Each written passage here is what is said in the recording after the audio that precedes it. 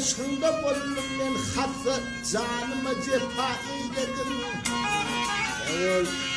Hep keçemen dese sövdüm, gül beden eyvan eyledim.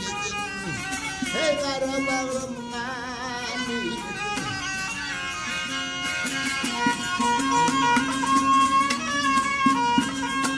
Bilmenem yalvar yara bağında bollum avara. Hep gittim beni kara sevdim, naham yerde hor eyledim. Hey kara bağrım kan eyledim.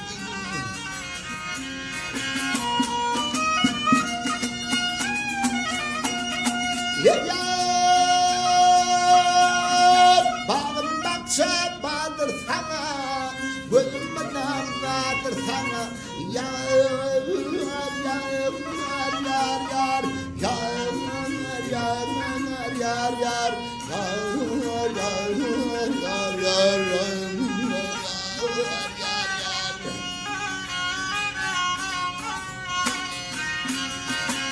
Yetimlerin bana sevdim, eğleyimle ağrım.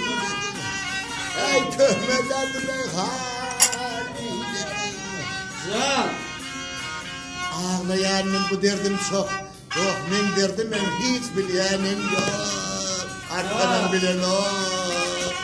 Hayırlı var ne takdir yok sevdim. Gülmeden meylar eyledim. Hey kara bağrım kan eyledim. Hep yettin beni kara sevdim. Töhmeden o hal eyledim. Öldürümle ağlaydım. Ey kara bağrım kan eyledim.